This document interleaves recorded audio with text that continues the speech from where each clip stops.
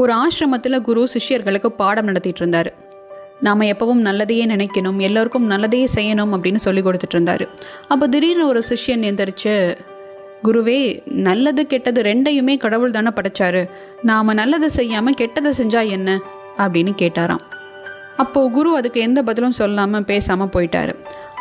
அன்னைக்கு ராத்திரி படுக்கிறதுக்கு முன்னாடி எல்லா சிஷ்யர்களுக்கும் பால் கொடுக்கப்பட்டது.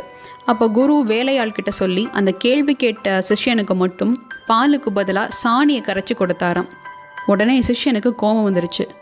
குருவே, இது என்ன நியாயம், எனக்கு மட்டும் ஏன் சாணியை கொடுத்தீங்க அப்படின்னு கேட்டாராம். அதுக்கு அந்த குரு அமைதியாக, பால் சாணி ரெண்டையுமே பசுதானப்பா கொடுத்தது, அதில் எது குடிச்சா என்ன அப்படின்னு கேட்டாராம்.